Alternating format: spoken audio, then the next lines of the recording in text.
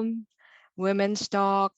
Terima kasih sudah mengundang saya pada pagi hari ini untuk sharing. Boleh saya pimpin doa sebelum saya start ya. Bapak terima kasih atas hadirat-Mu, atas roh-Mu yang ada di dalam kita semua. Bapak pagi hari ini, bantulah kita untuk untuk bisa mendengar dan melihat apa yang sedang Kau kerjakan dalam hidup kita. Berikanlah kita semua hikmat dan kasih karunia-Mu yang penuh agar kita bisa mengerti apa yang kita dengar hari ini, kita bisa menjalaninya juga setiap hari, mempraktekkannya ya Bapa. Di dalam nama Yesus Kristus, Juru Selamat kita, kita berdoa dan mengucap syukur.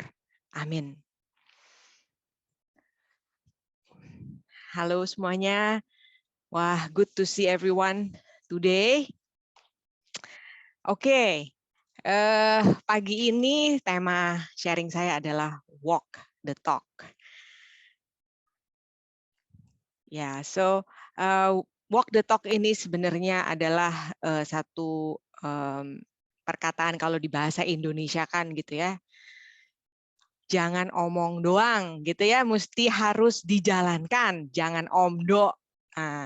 Sekarang ini kita mau lihat apa sih yang dimaksud dengan walk the talk. Apa sebenarnya yang bisa kita pelajari dari firman Tuhan agar kita bisa menjadi pelaku firman, bukan hanya pendengar, bukan hanya ngomongin firman Tuhan, tapi menjadi pelaku firman Tuhan. Pada suatu hari ya, saya mau cerita sedikit, ada satu businessman ya. Dia ngajar Sunday school. Waktu dia ngajar Sunday school, dia tanya dengan murid-muridnya di Sunday school itu ya, dia bilang, "Kamu tahu nggak?" Dia bilang, "Kenapa orang-orang di sekitar saya memanggil saya orang Kristen?" Wah, nggak ada yang jawab. Semuanya diem anak-anak di dalam kelas ya. Terus dia tanya lagi, "Boys and girls," katanya. "Kenapa ya?" Dia bilang, "Orang kalau ngelihat saya kok panggil saya orang Kristen?" Masih juga nggak ada respons dari anak-anak di Sunday School ini. Akhirnya di tengah-tengah kelas ini ada anaknya si businessman ini, lalu dia menjawab, "Mungkin orang-orang yang panggil kamu orang Kristen nggak begitu kenal kamu."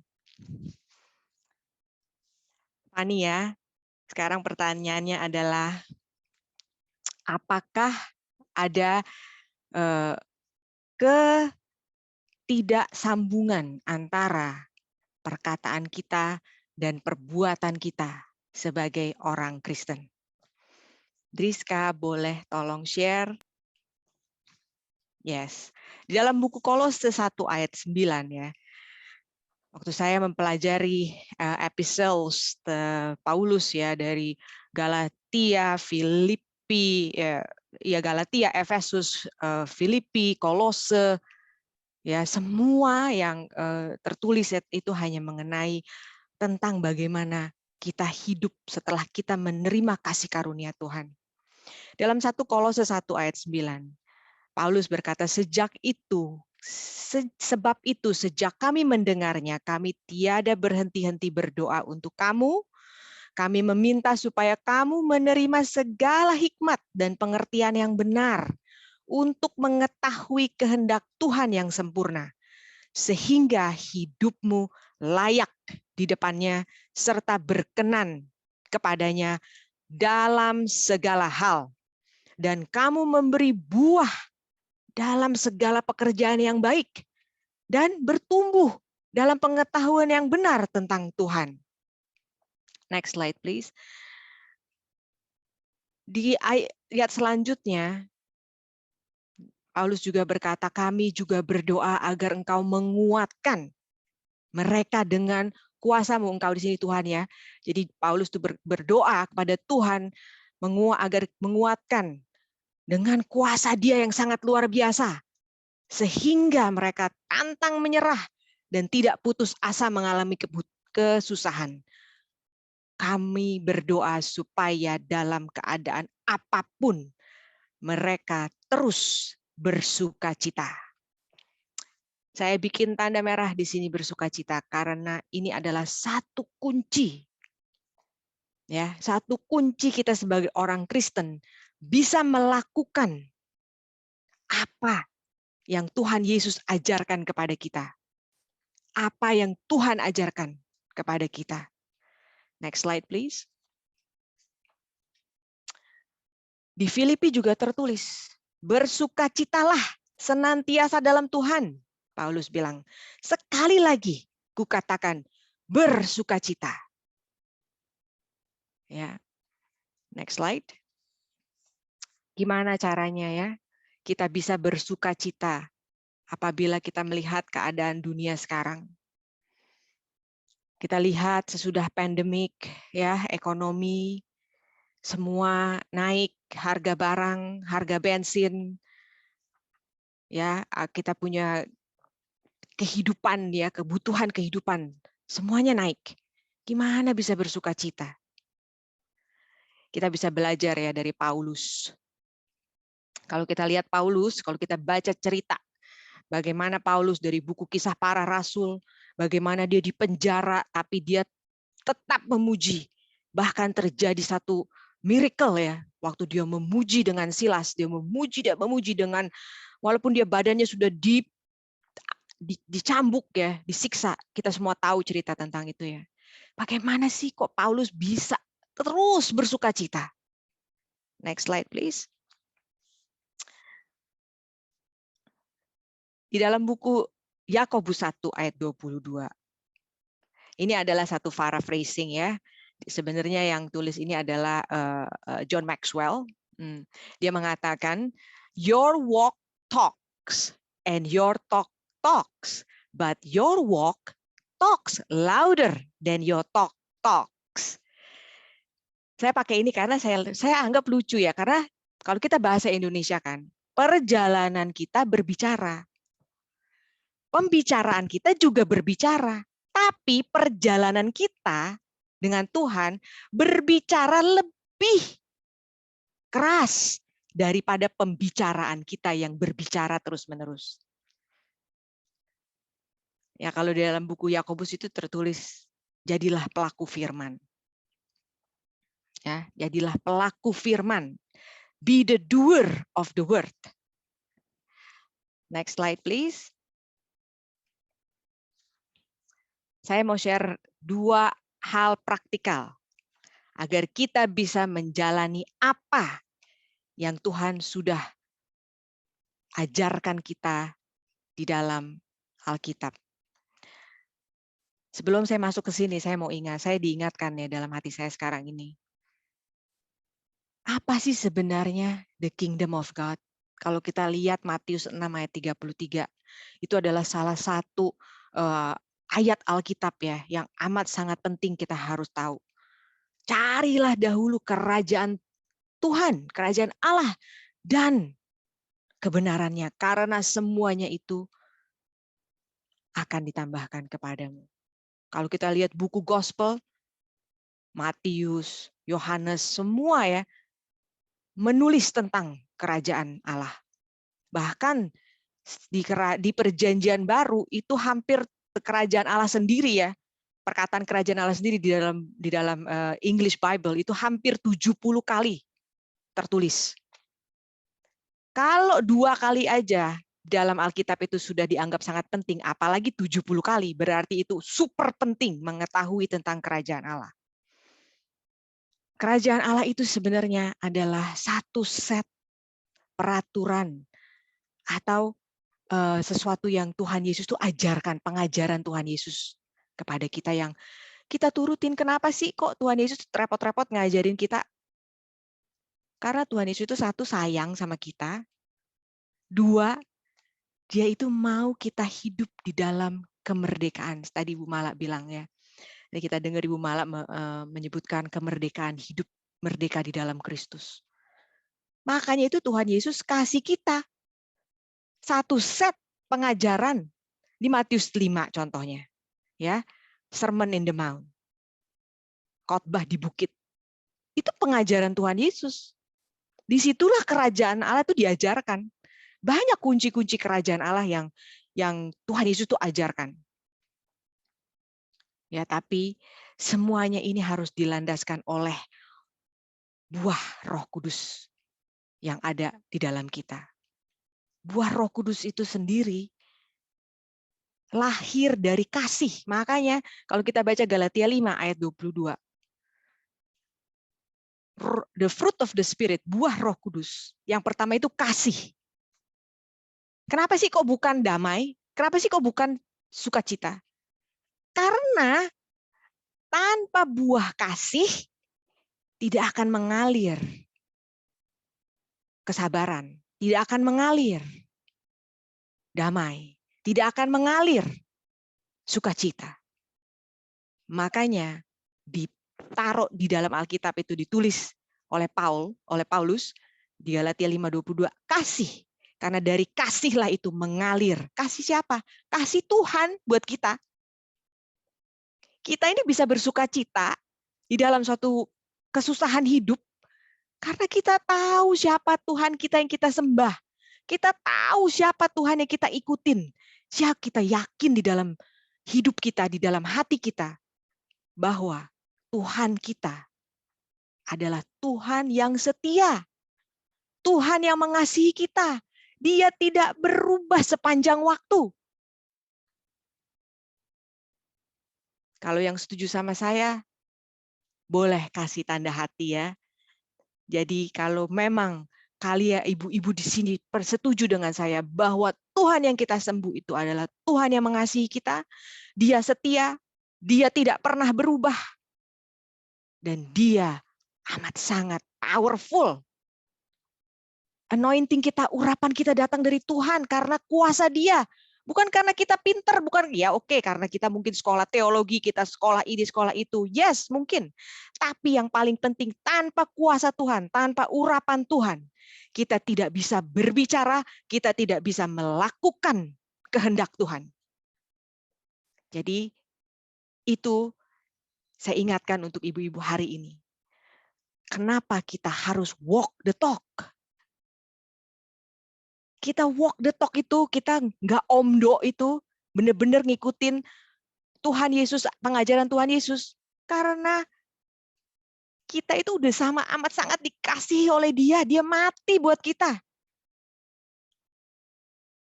Ini satu hal yang saya mau ibu-ibu di semua pada pagi hari ini dengar, landasin buat di dalam hati itu dijadi landasan. Gitu ya. Diingetin selalu. Kalau mau marah, ingat. Di dalam buah roh itu tidak ada marah dalam kasih. Tidak ada marah dalam sukacita. Tidak ada marah dalam damai. Tidak ada marah dalam kesetiaan. Dan of course tidak ada marah dalam pengontrolan diri. Benar gak? Benar ya? Jadi tidak ada marah. Bukan saya bilang ibu-ibu nggak boleh marah. Marah itu boleh. Boleh, itu natural, kita bahkan Tuhan Yesus sendiri juga pernah marah, tapi ingat, jangan menjadikan marah itu menuju perbuatan dosa. Oke? Nanti saya terus nyambung sebelum masuk ke sini. Oke, saya share dulu 2 hal praktikal untuk mempunyai damai di segala hal. 1, bersukacita di dalam Kristus. Bukan di dalam situasi, sorry ya ini kurang ya, bukan di dalam circumstances, bukan di dalam situasi. Jadi kita tetap bersukacita walaupun berada di dalam penderitaan. Nah, sukacita ini bisa kita terus jalanin. Ini merupakan satu hasil dari keintiman. Keintiman kita mengenal Tuhan dan Juru Selamat kita. Ada satu perkataannya, joy is the barometer of our closeness to God. Sukacita adalah barometer kedekatan kita dengan Tuhan yang kita sembah, dengan Tuhan yang kita kasihi, dengan Tuhan yang kita puji, yang kita pegang erat-erat setiap hari, janjinya, perkataannya. Next slide, please. Di dalam bersukacita tadi ada 3 hal yang bisa kita kerjakan untuk terus bisa bersukacita. Bagaimana kita memupuk keintiman kita bersama Tuhan, dengan Tuhan ya. Satu adalah dengan berdoa. Filipi 4 ayat 6 berkata, janganlah hendaknya kamu khawatir tentang apapun juga, tetapi nyatakanlah dalam segala hal keinginanmu dalam Tuhan, kepada Tuhan dalam doa dan permohonan dengan ucapan syukur. Damai sejahtera Tuhan yang melampaui segala akal akan memelihara hatimu dan pikiranmu dalam Kristus Yesus. Ibu-ibu dengar ya, pagi hari ini saya mau share satu yang mungkin ini adalah firman yang sering kita dengar. Tapi ingat, kalau kita berdoa, kita itu menukar khawatir kita dengan damai sejahtera Tuhan.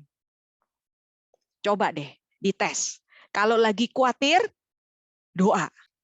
Terus bilang, Tuhan, kata Ibu Imelda, kalau saya lagi khawatir, saya doa, saya tukeran nih khawatir saya tuker sama damai sejahtera Tuhan ya. Coba dites ibu-ibu. Berdoa. Nanti ibu-ibu akan mengalami sendiri bahwa setiap kekhawatiran yang ada di dalam hidup kita, kalau kita bawa dalam doa, Tuhan tuker dengan damai sejahtera Dia. Amin. Amin. Poin kedua adalah janji Tuhan. Yesaya 26 ayat 3 berkata, yang hatinya teguh, kau di sini Tuhan ya, jagai dengan damai sejahtera, sebab kepadamulah ia percaya. Yang hatinya teguh, meaning yang hatinya percaya, Tuhan jaga dengan damai sejahtera Dia. Begitu ibu-ibu semua di sini yakin akan janji Tuhan, bahwa Dia adalah Tuhan yang setia. Dia tidak pernah meninggalkan kita atau melupakan kita.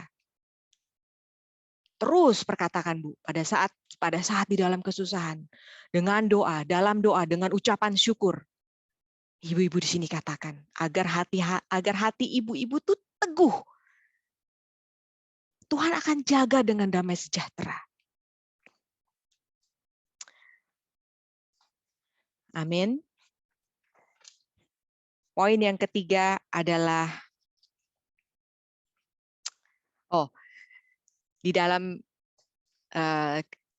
dalam tadi poin kedua ya.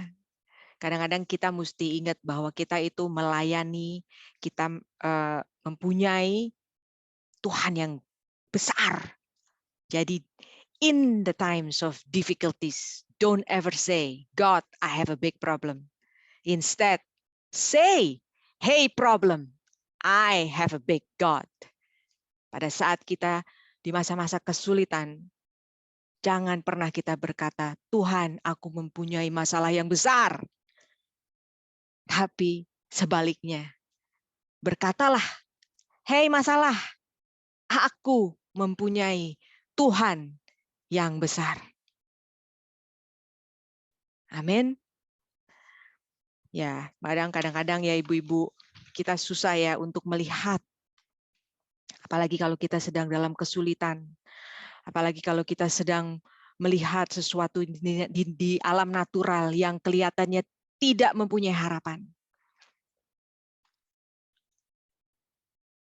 Kadang-kadang kita susah untuk melihat, tapi ibu-ibu mulai dengan ini. Apabila kita sudah mulai memperkatakannya, tidak. Aku mempunyai Tuhan yang besar. Tuhanku mampu menolong aku. Tuhanku mampu memberikan aku sesuai kebutuhanku. Itu iman, Bu. Iman harus diperkatakan dulu. Di sini ibu-ibu tahu kan, antara pikiran, mulut, dan hati itu ada sinkronize, ya, ada hubungannya. Makanya amat sangat penting, ya, kalau kita tuh mempunyai hubungan yang intim dengan Tuhan, kita bertambah berdoa, kita percaya dengan janji Tuhan. Yang nomor 3 adalah pujian, praise. Mazmur 34 ayat 2 berkata, aku hendak memuji Tuhan pada segala waktu. Puji-pujian kepadanya tetap di dalam mulutku. Tetap di dalam mulutku. Aku hendak memuji Tuhan pada segala waktu. Pada segala waktu. Kita mesti baca firman dengan pengertian, ya ibu-ibu. Kalau kita baca firman, jangan mempunyai pikiran yang separoh-separoh. Jangan mempunyai perlawanan di dalam hati kita. Tapi baca, tenangkan hati kita dan baca lagi. Aku hendak memuji Tuhan pada segala waktu. Segala waktu. Berarti susah, sakit, seneng, naik mobil bagus, naik mikrolet, naik truk, ngapain pun kita tetap memuji Tuhan. Punya duit 1.000 di kantong, punya duit 1.000.000 di kantong, punya duit 100 miliar di kantong, kita tetap memuji Tuhan. Karena puji-pujian itu harus ada tetap di dalam mulut kita, ibu-ibu. Itu ya, kalau kita sudah memulai memuji ya, itu kayaknya tuh hati dan pikiran kita itu tenang. Tadi aja saya dengar Ibu Mala memuji. Kayak ada air yang teduh menyirami hati saya, menyirami pikiran saya. Karena pada saat kita memuji, kita merasakan kasih Tuhan yang begitu dalam. Dan pada saat kita memuji setiap waktu, kita akan terus merasakan kasih Tuhan. Makanya firman Tuhan Daud di sini berkata, aku hendak memuji Tuhan pada segala waktu. Karena Daud mengerti melalui puji-pujian, dia terus diisi oleh kasih Tuhan. Dan dia bisa melakukan, dia bisa menjadi pelaku firman. Karena di situ ada kekuatan ibu-ibu. Next slide please. Poin nomor 2 adalah penuhi pikiran dengan firman Tuhan. Filipi 4 ayat 8 berkata, jadi arahkanlah selalu pikiranmu pada semua yang otentik dan nyata, mulia dan terpuji, indah dan terhormat, murni dan kudus, penuh belas kasihan dan baik. Dan lekatkan pikiranmu pada setiap pekerjaan Tuhan yang mulia sambil memuji Dia. Pikiran, Bu. Pikiran. Kalau di dalam Alkitab banyak sekali Paulus mengatakan tentang pikiran. Yang paling sering dihajar oleh setan adalah pikiran. Ada satu firman berkata, janganlah memberi footstool, apa tuh ya, topangan kaki untuk naik kepada setan di dalam pikiranmu. Gimana sih caranya? Apa sih maksudnya? Kok jangan kasih footstool? Gini loh Bu ya. Contoh ya. Saya dipanggil Tuhan untuk melakukan suatu pekerjaan yang dimana saya harus banyak mendoakan orang. Ya, saya juga di satu ministry wanita, di satu gereja, dan satu hari itu saya tuh ngajak gitu ya komiti saya untuk berdoa. Tapi tidak ada satu respon pun dari komiti saya. Tidak ada respon, tidak ada apa-apa. Tahu nggak ibu-ibu? Pikiran saya langsung dimasukin. Kamu jadi leader, nggak didengerin. Ngajak doa, nggak ada yang dateng. Udahlah. Give up. Nggak usah ngajak-ngajak orang berdoa lah, give up lah. Pikiran tuh, Bu. Dulu, kalau zaman dulu sebelum saya kenal Tuhan Yesus, sebelum saya mengerti kasih karunia Tuhan, waduh saya bisa marah berat. Wah, rese banget kamu ya. Diajak berdoa nggak mau. Katanya orang Kristen begini, begini, begini, begini, begini, begini. Zaman dulu ya, tapi saya pada saat itu pas dihajar pikiran saya tahu saya mesti ngerem nih di sini. Saya tahu. Saya langsung diem. Saya langsung bilang, Tuhan, tolong saya Tuhan. Tidak ada marah Tuhan dalam kasih. Tidak ada marah Tuhan dalam sukacita. Tidak ada marah Tuhan dalam damai. Tidak ada marah. Bantu saya Tuhan. Saya drop, saya tidak jawab apa-apa, saya tidak respon apa-apa. Saya hanya terus berdoa kepada Tuhan. Tuhan, Engkau memanggil aku untuk mendoakan orang. Kalau memang belum waktuku untuk mengajak orang, ikut berdoa. Berikanlah aku, tambahkanlah aku Tuhan, besarkanlah aku buah kesabaran yang Kau berikan dari Roh Kudus-Mu. Itu ya, saya terus. Karena apa? Saya mulai mengerti, ibu-ibu, begitu kita belajar firman Tuhan, kita tuh dikasih pengertian. Makanya tadi ya di Kolose dan di Filipi, Paulus tuh berkata, di Filipi 1 ayat 9, Paulus berkata, inilah doaku, semoga kasih-Mu makin melimpah dalam pengetahuan yang benar dan dalam segala macam pengertian, supaya kamu dapat memilih apa yang baik, supaya kamu suci dan tidak bercacat menjelang hari Kristus, penuh dengan buah kebenaran yang dikerjakan oleh Yesus Kristus untuk memuliakan dan memuji Allah. Filipi 1 ayat 9.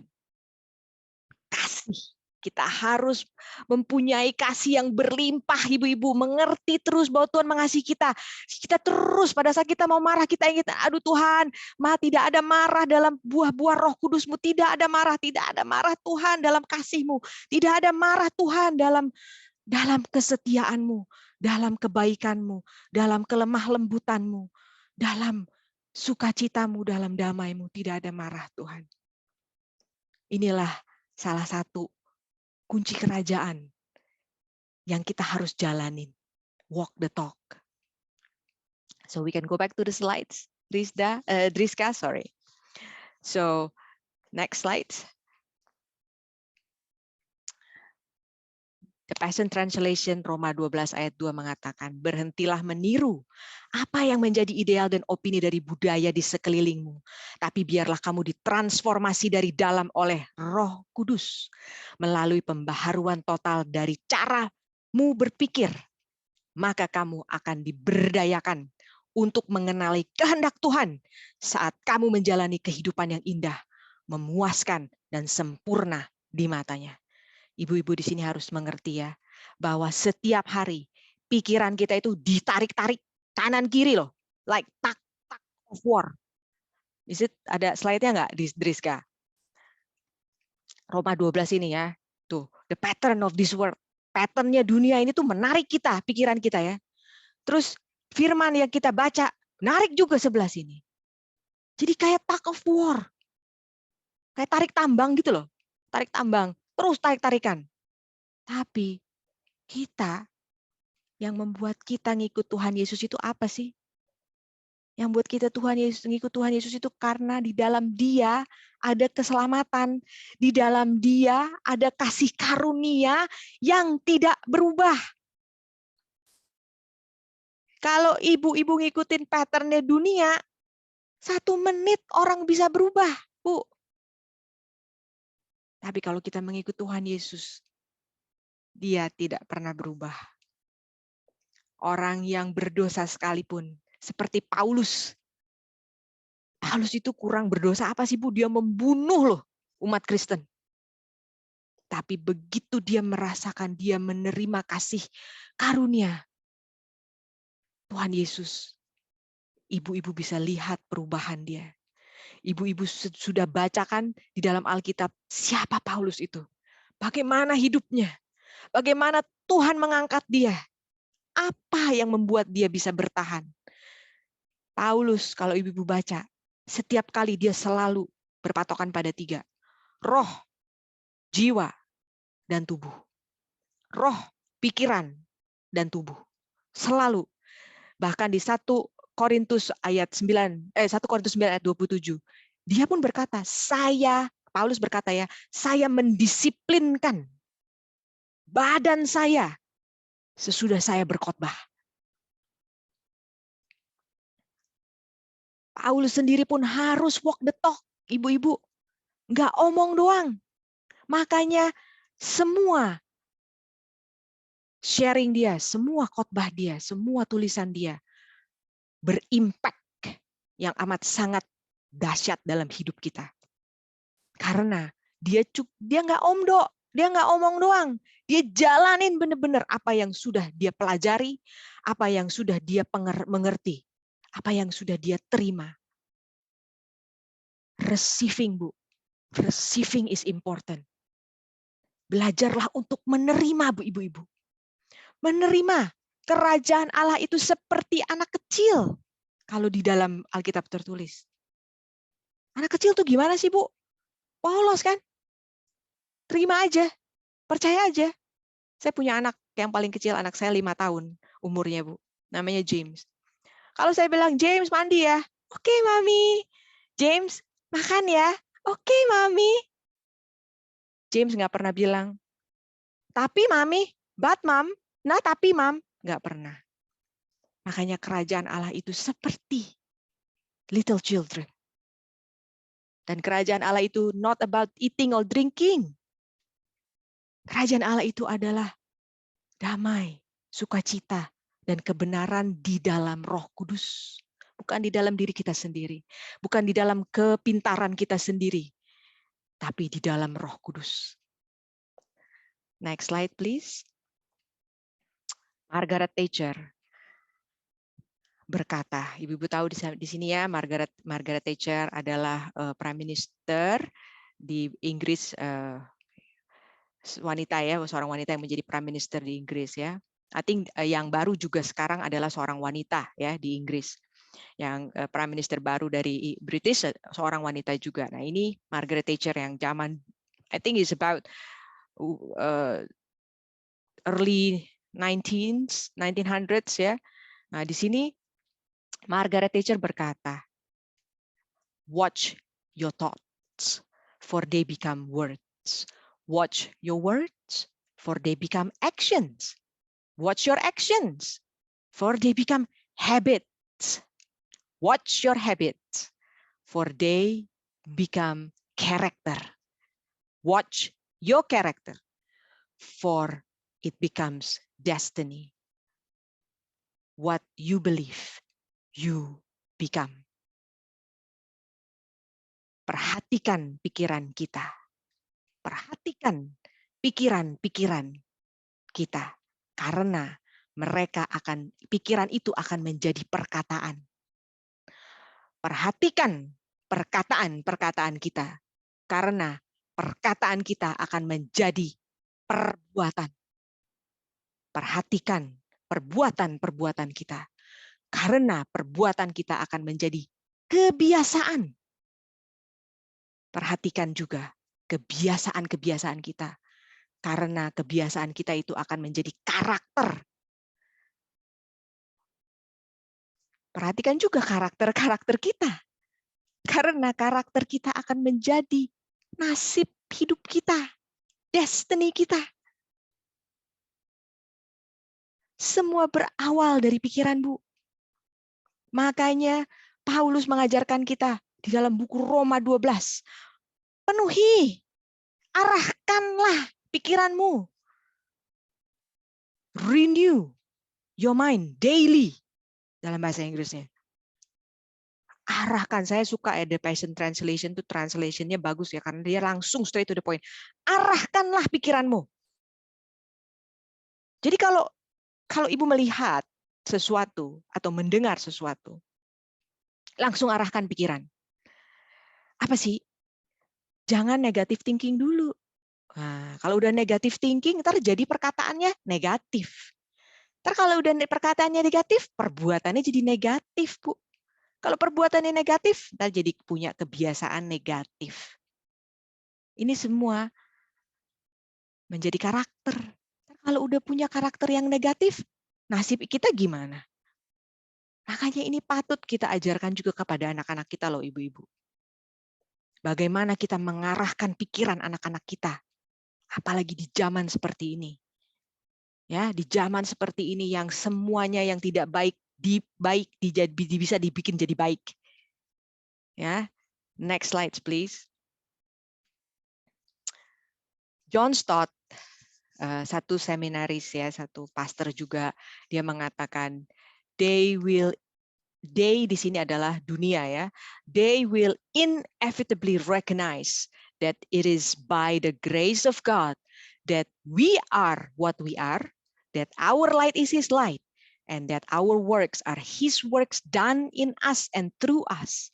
I wonder, how are we reflecting the character of Christ in our attitude, in our behavior, and in our relationship with one another? Kalau saya terjemahkan, dunia tidak akan luput mengenali kemurahan Tuhan, kebesaran Tuhan, anugerah Tuhan. Kalau kita adalah kita dan terang kita adalah terang Tuhan. Pekerjaan kita adalah pekerjaan Tuhan yang terjadi dalam hidup kita dan melalui kita. Ya, I wonder di sini John Stott ya berpikir, mengharapkan ya, bagaimana kalau kita itu bisa melakukan karakter-karakter Tuhan di dalam perbuatan kita, di dalam kelakuan kita, dan di dalam hubungan kita dengan satu sama lain. Mungkin dunia akan berbeda ya, ibu-ibu. Next slide, please. Di dalam 2 Korintus 3 ayat 2, kamu adalah surat pujian kami yang tertulis dalam hati kami dan yang dikenal dan yang dibaca semua orang. Kita, ibu-ibu, adalah surat pujian yang kita yang menulis loh, surat pujian kita. Dan kita itu dikenal dan dibaca sama semua orang dari kelakuan kita. Next slide.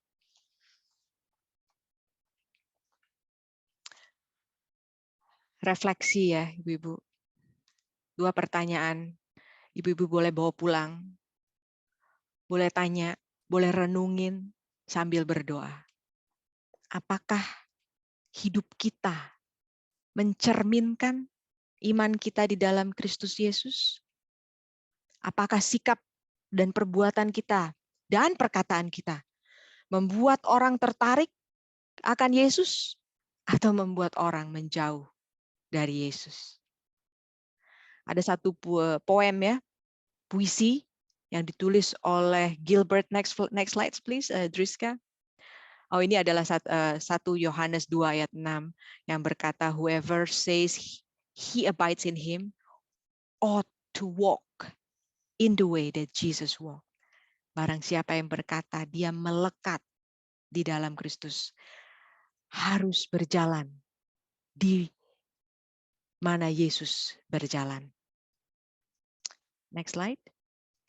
This is the last slide. Ini adalah satu poem, puisi yang ditulis oleh Paul Gilbert. You are writing a gospel, a chapter a day. By deeds that you do, by words that you say, men read what you write, whether faithless or true. Say, what is the gospel according to you? Kita menulis gospel setiap hari, ibu-ibu. Dengan perbuatan kita, dengan perkataan kita. Orang-orang membaca apa yang kita perbuat. Apakah itu beriman? Apakah itu baik dan benar? Apa? Berita baik apa menurut ibu-ibu yang ibu-ibu bisa ceritakan kepada orang lain? Semoga sharing saya pada hari ini bisa membantu ibu-ibu semua berjalan di dalam Kristus dengan kebenaran. Shalom, God bless you.